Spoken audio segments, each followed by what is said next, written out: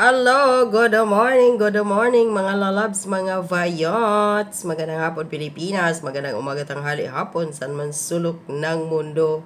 Biga love shoutout. Sa mga kapwa ko po OFWs around the world, hello, mega love shoutout po sa inyong lahat. At kung bago lang po kayo sa aking YouTube channel, huwag po kalimutan mag-subscribe, like at share. Maraming salamat. So, diretso na po tayo sa ating topic na kung saan ay nakakatawa to, no? Pinagmalaki ni Bongbong Marcos na sa kanya daw termino mula nang upo siya pagka-presidente, ang dami na daw niyang mga nagawa para sa bayan. Agree kayo dyan? Ayon kasi sa balita ng Manila Bulletin kahapon to, no? So, dahil si Bongbong Marcos ay busy sa pagpupulong, no, sa lahat ng mga iba't ibang tawag dito partido para aanib sa kanyang partido federal, kasi pinapalakas lang ang partido federal dahil alam naman natin na next year ay mag-i-election na senatorial election. So, at ibang mga local ano pa doon, party, politiko ba? Siguro governor, mayor, ganyan, congressman, magi-election na naman. At ngayong Oktobre ay magpa-file na po ng candidacy, certificate of candidacy ang mga politiko. So pinapalakas na ni Bongbong Marcos ang kanyang partido federal para dahil mayroon 12 no na mga kandidato sa kanyang partido na nais niyang manalo. So, isa na siguro dyan, hindi natin alam, si Sandro baka tatakbo. So, ngayon, pinagyabang niya dito, sabi ng Manila Bulletin, PBBM believes his admin has accomplished a lot since his reign. So, ang tindi talaga ng imagination mo, Junior. Naniniwala ka na yung administrasyon mo marami ang narating na mula nang ikaw ay umupo. Ay, Diyos ko po, Junior. Sabi pa dito President Marcos believes his administration has accomplished much during his first 2 years of his presidency. Marcos made the statement during the oath-taking of the new members of the Partido Federal ng Pilipinas on Wednesday afternoon, May 1. He said this was the result of unity. And yan na naman, gagamit-gamit na naman sila ng unity. Wala nang unity, matagal na. And his administration's engaging approach. Now, if you look at it, we have not yet been in office for 2 years, but in that small time, wala pa nga daw siyang 2 taon sa kanyang panunungkulan sa opisina pagka-presidente, pero ngayon, sabi niya, in that small time, sa maikling panahon, napakarami na nating narating nagawa. Napakarami na nating nagawa. Ano yung napakaraming nagawa mo, Bongbong Marcos, bilang presidente ng Pilipinas? Para sa pagkakaalala ko lang ay ang unang marami mong nagawa at narating, tama ka dyan, marami, travel. Nalampasan mo si sino ba yan? Si Ramos. Ikaw nga ang tinatawag doon sa Jeopardy na yung game show sa Amerika na Ferdinand Magellan na nagta-travel sa ilang archipelago na ba ng ng buong mundo ang narating mo, Bongbong Marcos. Yun ang napakarami mong narating at nagawa. Travel, waldas ng pera ng Pilipino, ng taong bayan na kahit naghihirap under your administration, ngayon tumaas pa ang bilang ng nagugutom. 2023, 12.7 ba yun or 8? Pagpasok ng 2024, naging 14%. Tumaas. Tapos kahapon, o nung isang araw, nagiging 12.4% na po ang bilang ng mga taong nagugutom na minsan or 2 bisis na lang nakakain sa isang araw. Yun yung ipinagmamalaki mong marami kang nagawa sa maikli na 2 taon ng iyong panunungkulan. Mr. President Bongbong Marcos, advice lang, kung ano yung sinisinghot-singhot mo, sir, bawas-bawasan mo dahil halatang napakabangag mo talaga, no? So sabi pa niya dito, marami na siyang narating, napakararating narating at naumpisahan. Ano naumpisahan mo? Yung human settlement housing na sinasabi mong 1 year, 1 million a year, magto 2 years ka na dyan. Wala ka pang naibigay dyan ni isang bahay sa isang tao. Lahat ng mga nasabi mong napakarami ninyong naumpisahan, yun yung naumpisahan mo ang mga dating gawa pa ng administrasyon ni Duterte na nangangalahati na, 3/4 na lang, and umabot na ng 3/4, ganyan, patapos na. Yun yung mga nire-ribbon cutting mo, Mr. President Bongbong Marcos. Ano yung naumpisahan mo? Yung human settlement, o halimbawa, yun yung naumpisahan mo. Nagbigay ka na ba ng 1 million housing every year?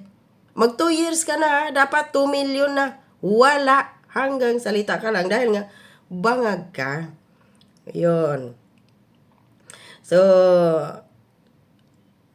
yun ang sabi niya. And the reason is that because we have been working together, we have been following the same plan. Anong following the same plan? Marami nga sa mga mga project ni dating Pangulong Duterte.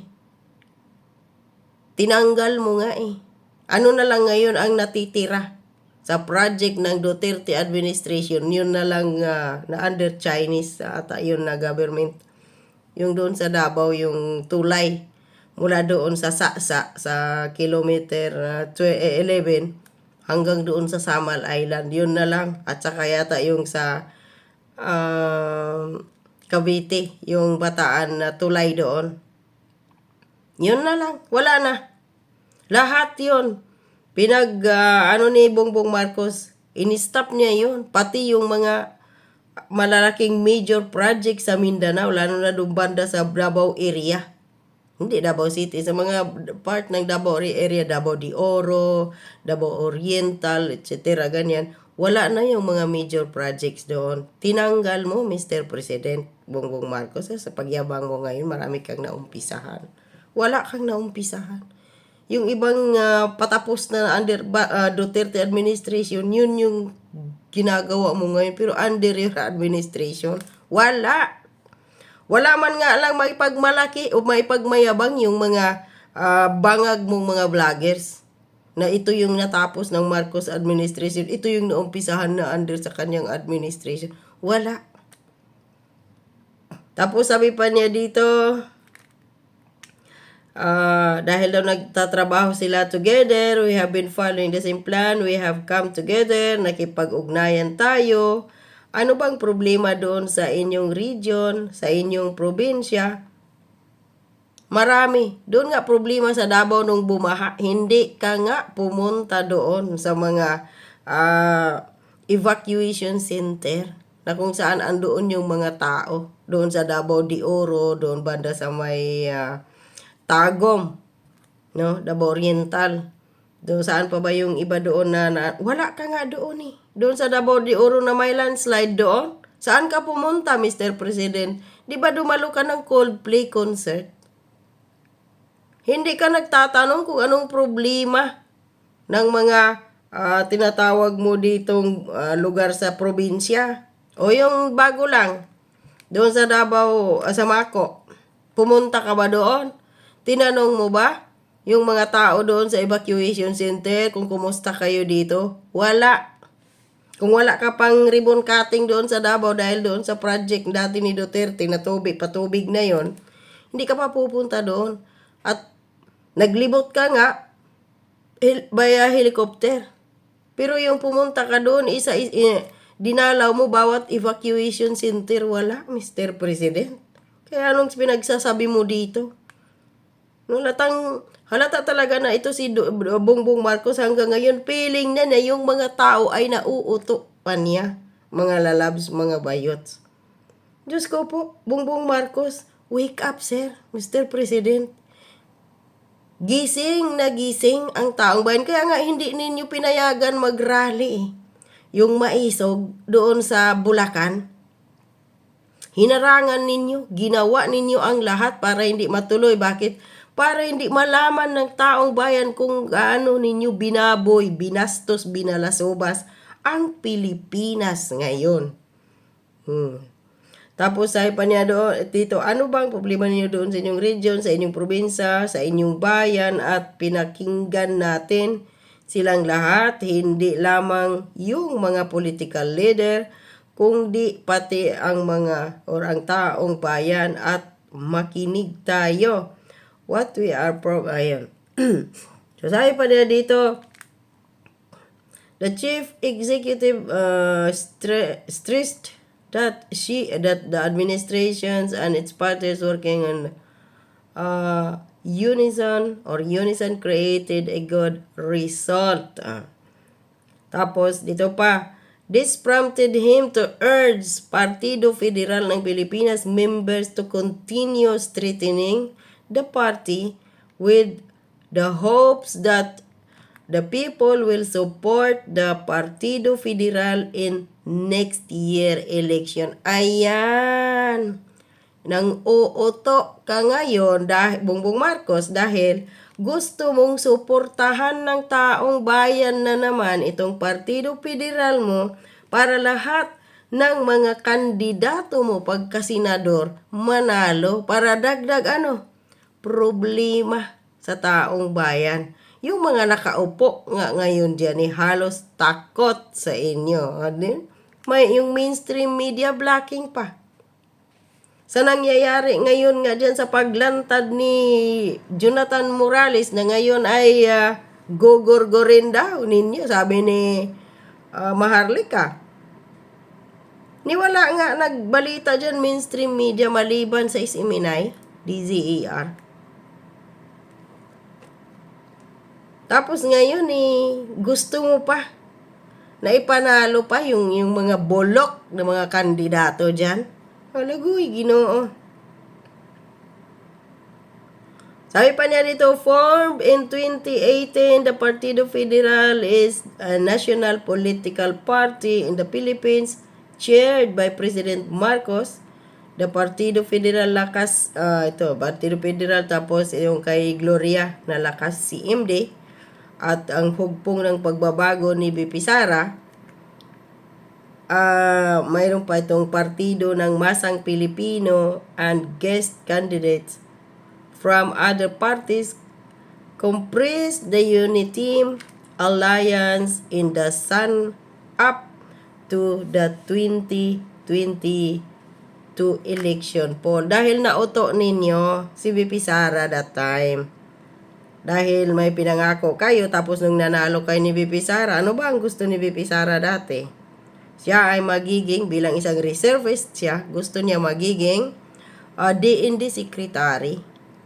Nung naupo na kayo, Mr. President, anong ginawa ninyo?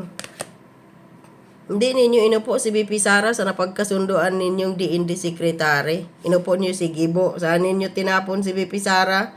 Sa DepEd.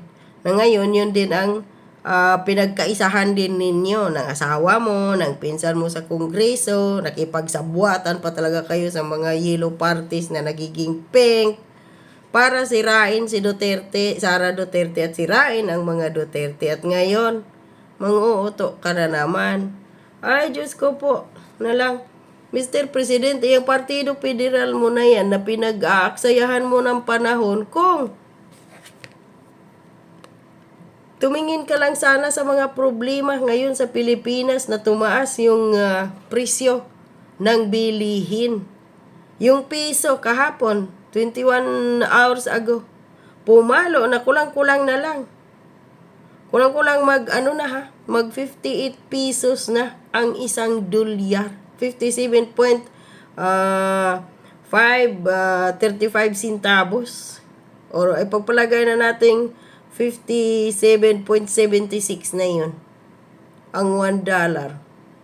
Noong April 30. Ngayon 57.5 to 35 centavos. Ilang persento na lang yun, mag-58 na. Kaya mahal ang bilihin sa Pilipinas. Tapos ikaw, pagpapalakas ng Partido Federal mo ang inuuna mo dyan. Wala eh.